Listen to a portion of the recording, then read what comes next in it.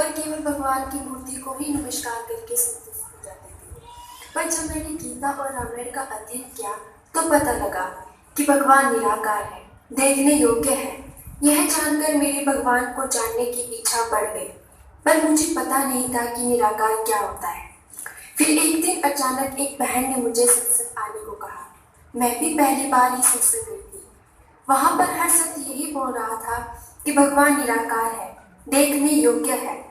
सदगुरु से ज्ञान प्राप्त करके इसे देखा जा सकता है। यह सुनकर मेरी इच्छा और भी बढ़ गई। वो सत्संग निरंकारी मिशन का सत्संग था। फिर मैं काफी दिन तक संगत आई और उसी बहन को बोला कि मुझे भी ज्ञान दिला दो।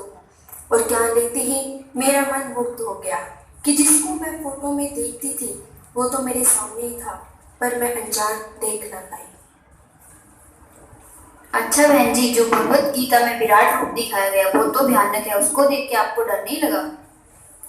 नहीं, क्योंकि भगवान निराकार है।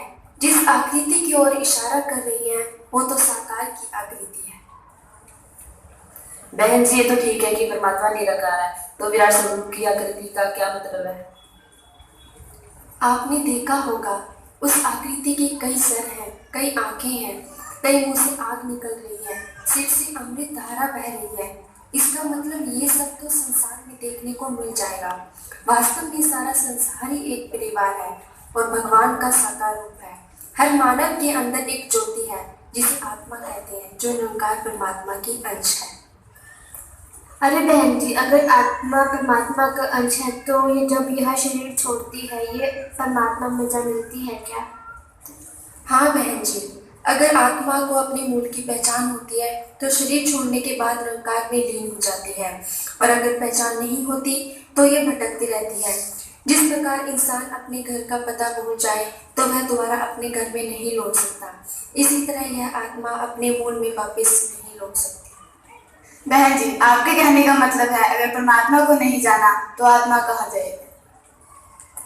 परमात्मा ने 84 लाख जूनियां बनाई है और ये जीव 4 तरह से पैदा होता है, अंडे से, पसीने से, जमीन से, जहर से। जो आत्मा परमात्मा को नहीं जानते उन्हें इन जूनियों से भटकना पड़ता है।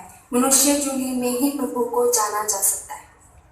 अच्छा बहन जी, इसका मतलब ये हुआ कि मनुष्य जन्म में प्रभु पाना जरूरी है?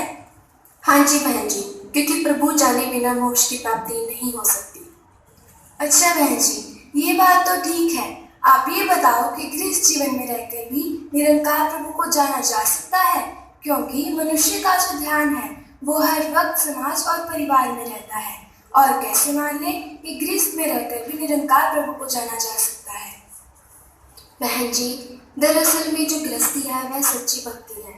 जिस तरह कमल का फूल कीचड़ से खुराक लेता है और उसकी पत्तियों पर पानी का कोई असर नहीं होता, क्योंकि कमल का ध्यान सूर्य में होता है।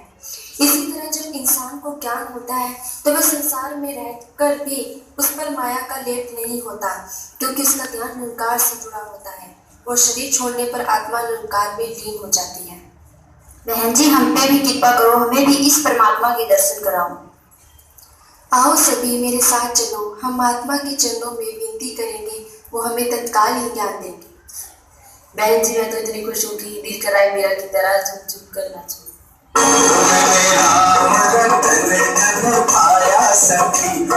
सतगुरु